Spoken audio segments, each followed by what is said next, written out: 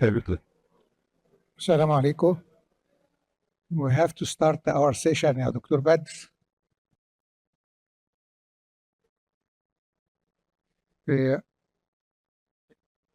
Our session, roundtable discussion, medical-legal issues.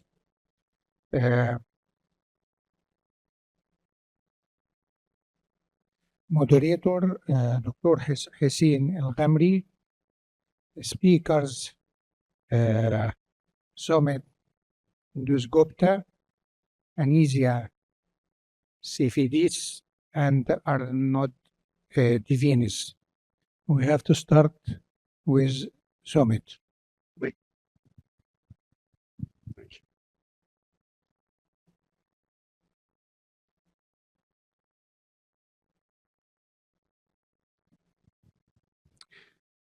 Thank you very much, and thank you very much, Badr, for inviting me to MSOA. I'm Prof. Dasgupta. I live in Manchester, but work in Liverpool, and probably I'm the only one from the UK. Liverpool is a beautiful city. I invite you there. It's got a very bad football team because I'm Manchester United, but good morning to all. It's wonderful to be here. So today I'm going to talk about medico-legal aspects of audiovestibular system following head injuries. This is often ignored in the grand scale of things. It's very, very important that when you get a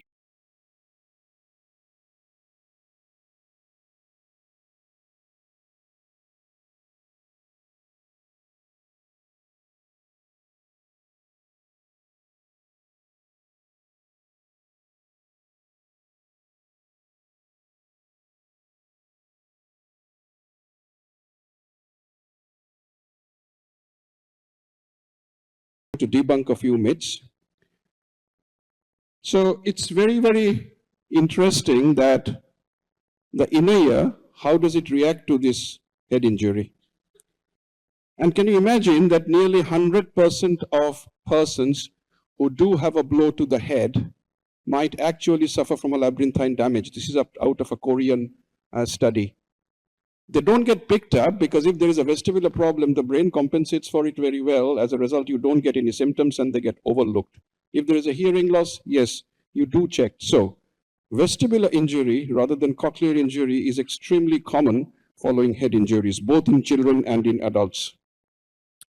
And they are not diagnosed properly. They are underdiagnosed. They are missed until a stage comes 5 to 10 years down the line when the person develops a significant balance problem, often leading to a 3PD because they don't get checked ever. And they are very busy with the whole legal aspect. So no one down the line thinks that they need to be referred for a vestibular and an audiological assessment.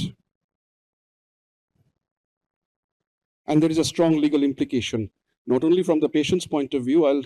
If I have got time, I'll give you a few examples, not only from the person's point of view, because that's important compensation associated with vestibular injury and with cochlear injury, but also if you can manage to get into this whole medical legal business as a professional, then your fees for the whole thing, can also be quite substantial. So for the audiovestibular physician or a neurotologist or ENT surgeon, it is some kind of a win-win situation, although it's extremely hard work. So how does the labyrinthine system get damaged? So first of all, let's look briefly into the head injury bit. So the head can be injured either by a direct blow or with an indirect blow. And that is when we introduce the term acceleration, deceleration. You are sat in a car and you are hit from the back by a car and you move forward. That's the movement of your head. And that can lead to tiny labyrinthine shears. And because the vestibulocochlear artery is an end artery, there is microvascular changes without any collaterals. As a result, there is vestibular ischemia, which can build up for a long period of time. And of course, direct blows to the head can cause temporal bone fractures. Direct blows to the head can cause diffuse axonal injuries, which will mess up with central vestibular integration. One thing is very important we must remember. It's not that the peripheral vestibular system or the labyrinth that we are talking about. It's very much the central vestibular integration, which is the brain. So I'm not going to discuss this slide in detail, but as you can see, they do present with vestibular symptoms, maybe not immediately, but after some time. So It comes in all different kinds of guises, but what I'll especially ask you to look would be the cognitive backlash. So avoidance behavior. That is quite important, the whole cognitive bit, plus vestibular symptoms. And this is the one what I'm talking about.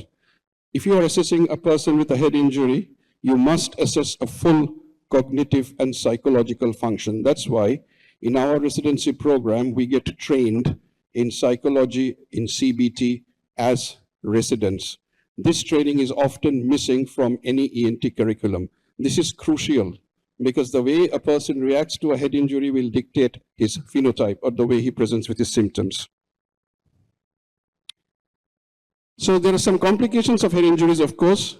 You can have a traumatic BPPV up to 60%, usually in the younger population. So in the younger population, if there is BPPV, always ask for a head injury. Vestibular migraine up to 40. Vestibular procession, that's the brain. Post-traumatic endolymphatic hydrops, it's not Meniere's disease, that's idiopathic. So it's endolymphatic hydrops. Pre-PD, traumatic third window lesions. For example, I've picked up dehiscences and pallium fistula. And this is very important, isolated otolith damage. For all head injuries, you must individually examine and objectively quantify the otolith system. You can have a situation where all the canal function tests are normal, but you get completely deranged VEMS. This is well recognized by our Korean colleagues, Su and Murofishi, of course, he's Japanese, which has got a wonderful research topic in Frontiers, which edited by Leonardo Manzari. You can have a look. This is very recognized. Absolutely isolated otolith damage is extremely important. Never forget it. And of course, you can have a complete transection of the 8th nerve. So these are the bony injuries, as we have just said, that these are objective, these are physical, tangible injuries, which you can have. The audiological complications starting from hearing loss. And this will be a common theme in the whole conference, that is what kind of tests you need to do, pretty much everything. Sorry, it's gone off. Right. So what we call a vestibulogram, this is what we have developed in Alda Hay. Frequency-specific vestibular response, as you can see, different frequency responses. Not enough just to do a caloric. You'll have to do the whole lot, because you can have situations where caloric is preserved, but the way heat is not, or the other way around. So if you are working for a court, you have been instructed, you need to do everything to make it a watertight case. There are a number of otolith tests which you can do: head heave, subjective visual vertical, off-axis vertical rotation, which is, of course, we don't do because it's very expensive. The VEMS, ocular counter rolling, nowadays we can measure.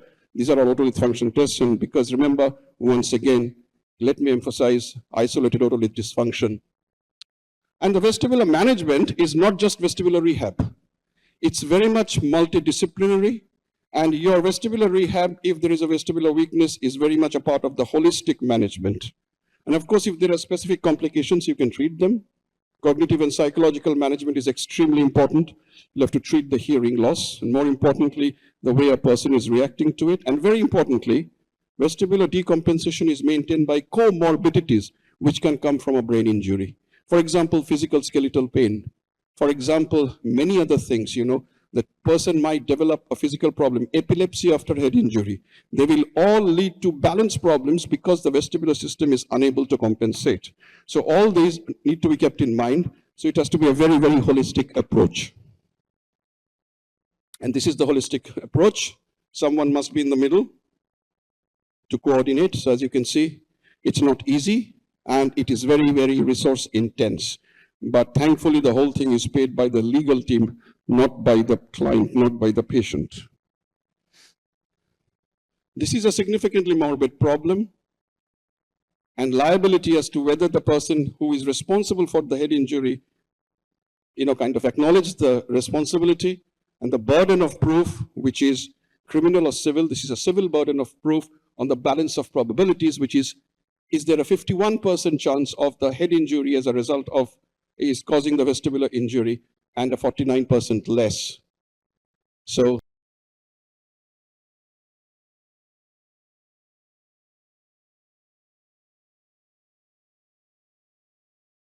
I dealt with a case where my evidence was crucial in securing the person £2.8 million. Can you imagine?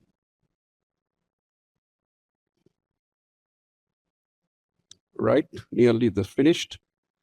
So this is the way the pathway works, the legal aspect, vestibular injury, compensation. They appoint solicitors, different medical experts. You do a report, then you try to agree on the report, and finally, majority settled outside court, and some settled in court. I have faced judges who are not easy, and the defense lawyers can also be very, very kind of aggressive and try to discredit you. So you'll have to, this is an art. Appearing in a court, writing a report is an art which needs a separate training. So we have spoken about all this, but the important thing is it can be ascertained. If your thing is watertight, it can be ascertained and often ignored in the grand scheme of things, and therefore you do need to address all these issues. Thank you very much. That's the end.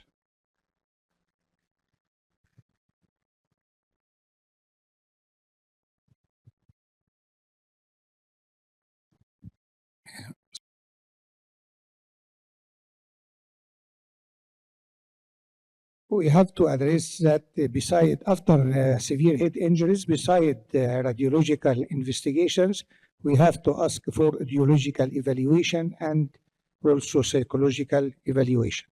Next speaker, Psifidis. He will speak about the importance of differential diagnosis of sensory neural hearing loss in forensic audiology.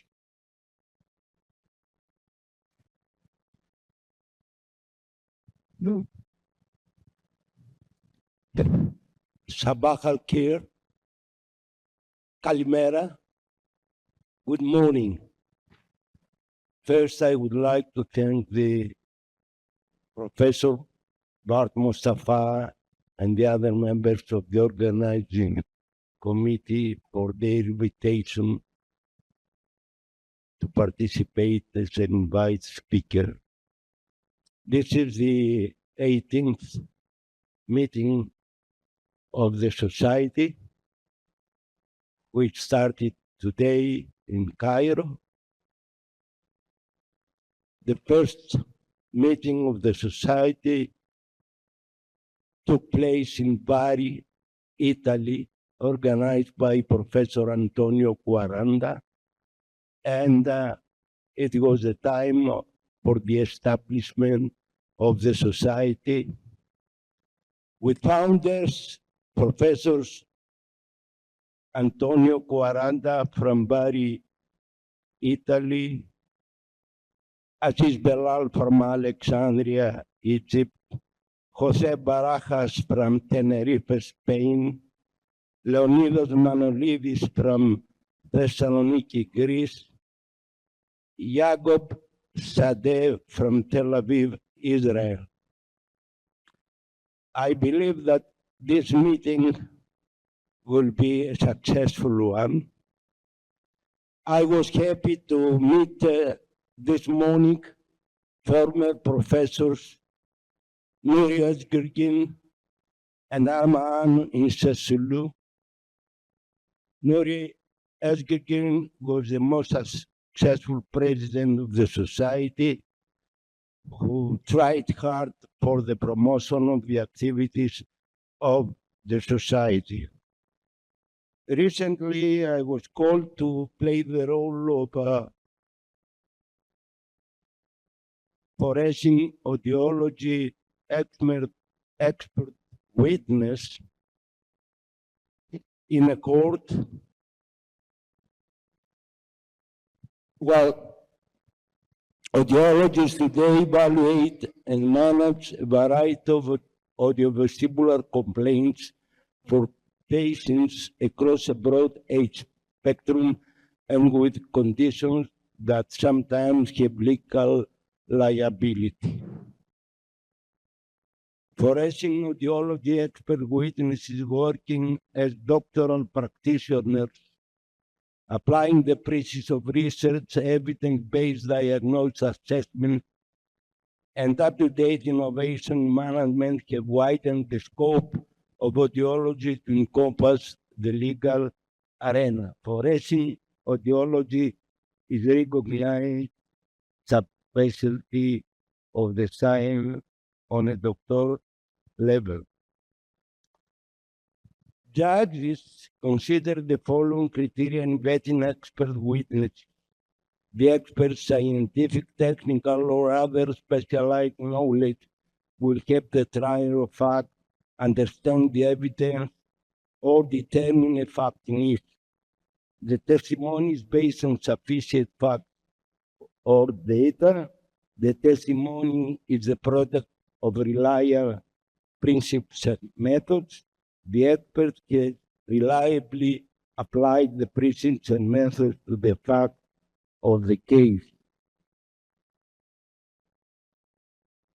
The diagnostic principles applied in audiological testing are appropriate as guides for the clinical skills and knowledge required in forensic audiology. Described almost 50 years ago in the class paper of Jerkes and Hayes, the cross-check principle is a valuable tool in the definite audiological diagnosis. The results of non-cyclic audiological tests should be accepted until they are confirmed or cross-checked by the results of one or more independent measures of auditory function. Objective procedures most often applied in diagnosing audiological assessment of children and adults are tympanometry and acoustic reflexes, the acoustic emissions, and the auditory brainstem response.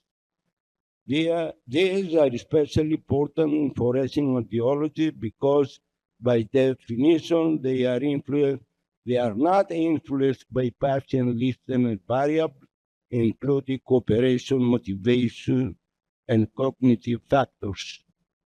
At this point, I would like to say some words in memoriam of Professor James Checker, a brilliant mind, a wise man, an expert in audiology and neuroaudiology. He passed away last July in his 96th year of age. He spent 60 years of life in clinical research and practice. He invented, he described, he revised all the hearing tests we use today in audiology. I was proud to work with him in 1989 when the American Academy of Audiology was established in Houston. He was the first president of the American Academy of Audiology, and for 19 years he was the chief editor of the Journal of the American Academy of Audiology.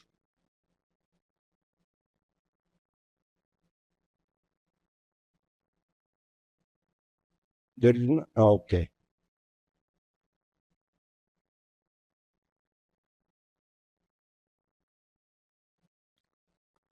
The differential diagnosis of sensory neural hearing loss in forensic audiology cases encounter quite often involve a plaintiff who claims to have a hearing loss resulting from some type of incident, either work-related or in the course of their usual activities or recreational activities.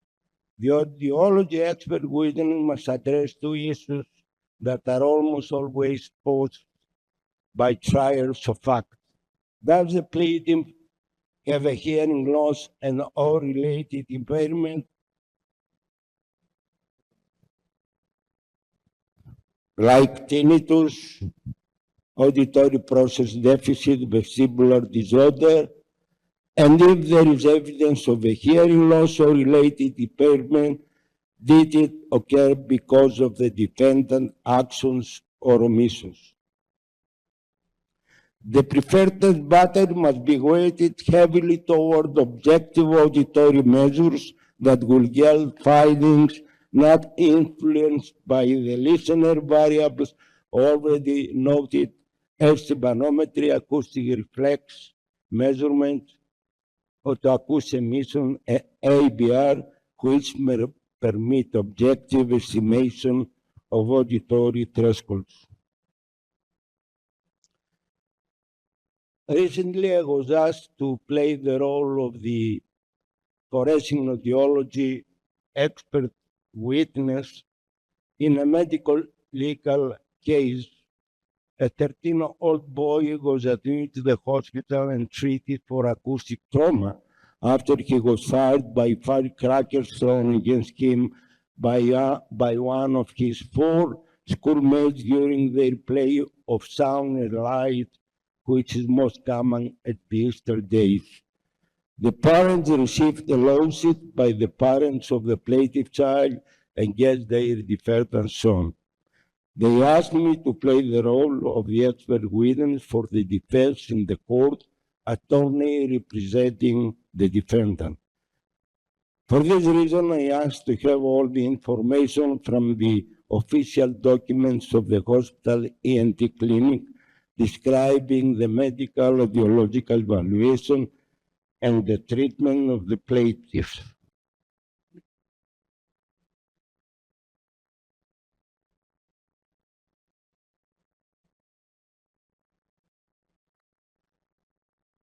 The configuration of sensory neural hearing loss may give important information on the possible etiology. The configuration of hearing loss of the plaintiff does not fit to acoustic trauma, which is often unilateral with a 4,000 notch, according to the accepted pathophysiological mechanism.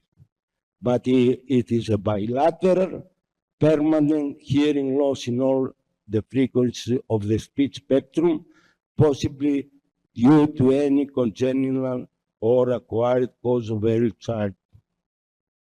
The type of the firecracker used was of low sound pressure level, emitting an intensity of about 120 dB in a distance of 1 meter at the free field level at the open field, according to the European regulation, safe for use.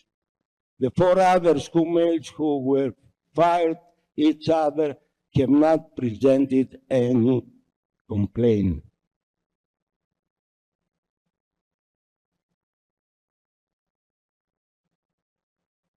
I remind you the configuration of the acoustic trauma in pure tone audiometry, and these are some pure tone audio of the plaintiff child at the days of his stay in the hospital and after 1 month and after 2 years.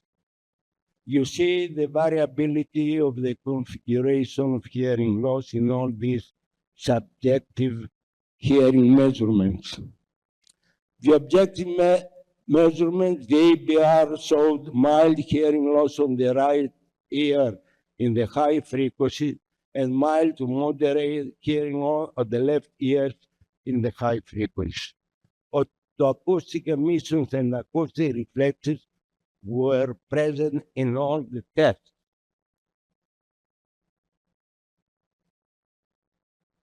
The witness conclusion.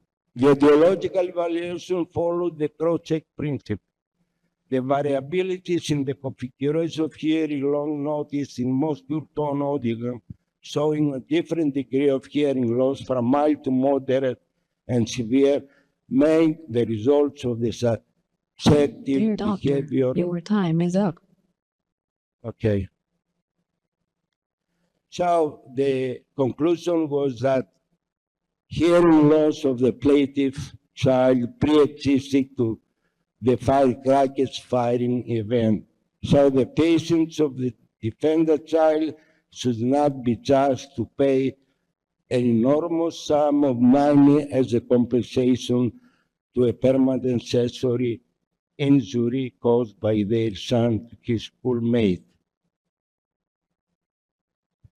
ASA Convention in 23 and American Academy of Audiology 24 feature courses on the principles and application of forensic audiology, providing an in-depth explanation and examples of the inner working of audiologists in the medical legal field. This society, serving the discipline of otology and audiology in the countries of the Mediterranean area, should follow the words of American Speech Association, the American Academy of Audiology, by featuring courses including medical, legal, and forensic practice. These are the tutors of the ASA Convention: James Hall III, Robert Traynor, Thomas Power, and Dennis Colucci. I thank you for your attention.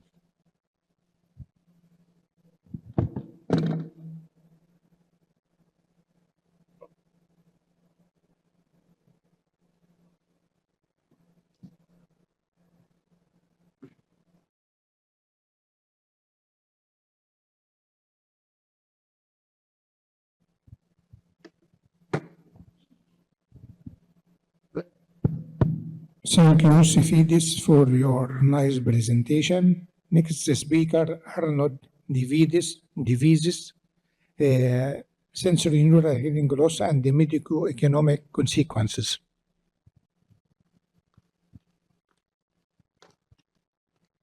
Thank you very much. It's a great pleasure to be here in Egypt. I have the chance to have a lot of friends there, and it's always a real pleasure to speak in this wonderful meeting. So my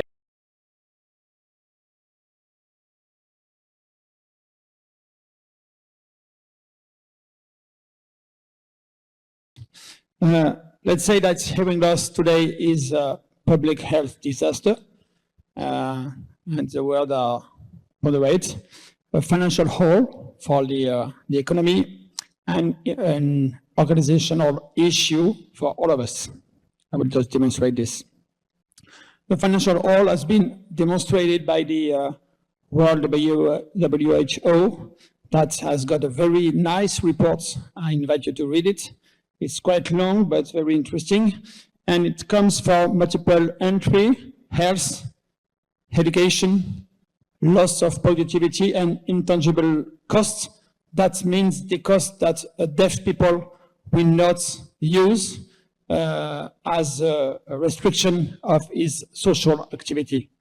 And the failure to do nothing, so the failure not to treat hearing loss as countries and the world, cost nearly $950 billion US every year. And the return of interest of putting $1 to each in the hearing loss sector will get from 2 to 30 return of investment. So this has been demonstrated in the this paper, and you see this $981 billion yearly, and the cost from each citizen is about 2,000 USD per citizen per year of non-treating hearing loss. This is the return of investment according to the countries. If you put $1, you will get this return of your investments. So just put money on the hearing loss. It will save your money. The public health disasters goes to something that is very critical today. There is a European study named Constance that demonstrates very recently that the hearing loss prevalence is 25% and not 6 to 10. 25% of all the people have got some degree of hearing loss. So this is something that is really critical. And it is exponential, and you all know this chart from the WHO that will go to a lot of people needed to be treated in the next years.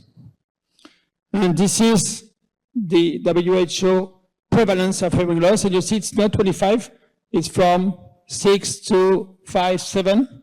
So just look at these different numbers and consider from 10 to 25% of people affected by hearing loss. There are multiple medical issues. I'll spot two of them, for them. First, the brain, the fall. I will not go into detail about the fall, I don't have time, but you multiply 1.4 every 10 dB hearing loss, and you additional risk of fall. And you will see very interesting topics on the cardiovascular issues. And of course, there are such numerous demonstrations that hearing loss is a risk, fatal risk factor. So of course, you know this paper from Lin, and the risk of dementia increases from 1.27 every 10 dB hearing loss. And you all know that. This goes to the Lancet Dementia Prevention Commission, the references, and you see that in the range of, I don't have the laser, but maybe here. Yeah. In the range of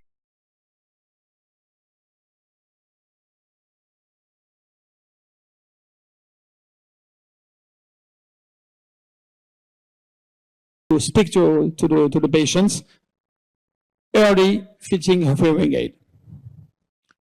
There is a higher hospitalization hazard, a higher mortality rate. It has been demonstrated by Genter. And what is very interesting is that if you make sports, you reduce your fatal risk. And every 1 hour daily sport reduces by 20% the mortality risk in severe hearing loss patients. And this is something very interesting. This is the mortality. Every 30 dB, you double your mortality rate. So from these two audiograms, you double your mortality rate. So this is something that has been demonstrated on more than 1 million participants in the study. But this is something that is critical as well.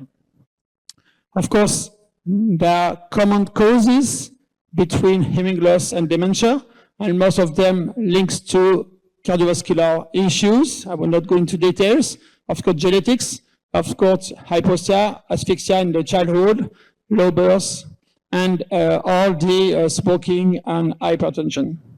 And there are protective factors, breastfeeding, good hair hygiene, protection against head and hair injury, and we speak with Soumit, healthy lifestyle, immunization, and good nutrition. This is really common sense. And of course, what we think that there is the common causes are linked to microangiopathy and oxidative stress, and this affects all these organs. Lin demonstrates there is a brain reduction volume related to hearing loss. And you know that it's very interesting when you look at the MRI, you do MRI for hearing loss to check for acoustic trauma and so on, but look at the leukopathia, microangiopathia. And this microangiopathia is linked to the hearing loss degree, threshold. And FASICA score increases with the degree of hearing loss. And this is the red line and the black line are the reversibility of the hearing loss with treatment. And the more you get, the lower the threshold, the less you can improve and you restore hearing loss. So this goes with, of course, hypertension.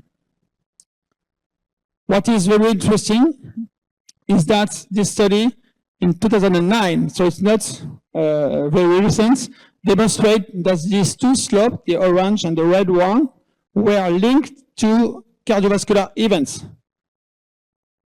Stroke, lower inferior members vascular disease, and heart attack. And this is critical. And you see that the common of this is the low frequency, the trial one, the low frequency dampening of the slopes. And Robert Bertrand went further, and he took the same slopes, and he associated the slopes to the numbers of comorbidities of vascular events. And with this, he could drive this algorithm, mathematical model, to predict the heart attack and the stroke attack in patients with hearing loss. And just as a demonstration, this patient at age 58 has got a heart attack. And the model predicts, this is a 100% case, the model predicts at 60 coronary disease. So the model was according to the prediction. Long time ago, this French package study cohorts demonstrate that the use of hearing aid, 2015, use of hearing aid prevents the dementia risk factor. And this recent paper demonstrates that the use of hearing aids as well reduced the mortality rate, and this has been demonstrated. So if you look at this pattern, there are 2 points that we as ENT need to focus at: early fitting of hearing aid and speech therapist training to prevent dementia and consequences of dementia. And this vicious circle should be stopped.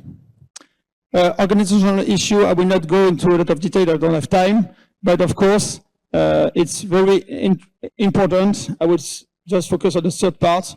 Important to communicate between all the people, speech therapists, neurologists, cardiologists, and so on, to improve patient care. So take our message: diagnose hearing loss and diagnose dementia early. Ask your patient to go for tests. Fit hearing aid early and fit implants as early as possible. Speak with your cardiologist for you and for your patients, and make some sports. Dear doctor, your time is up. Okay, I'm finished. And then, if I can, okay. And then invest your money in hearing loss. You will get a really nice return of interest. Thank you for listening.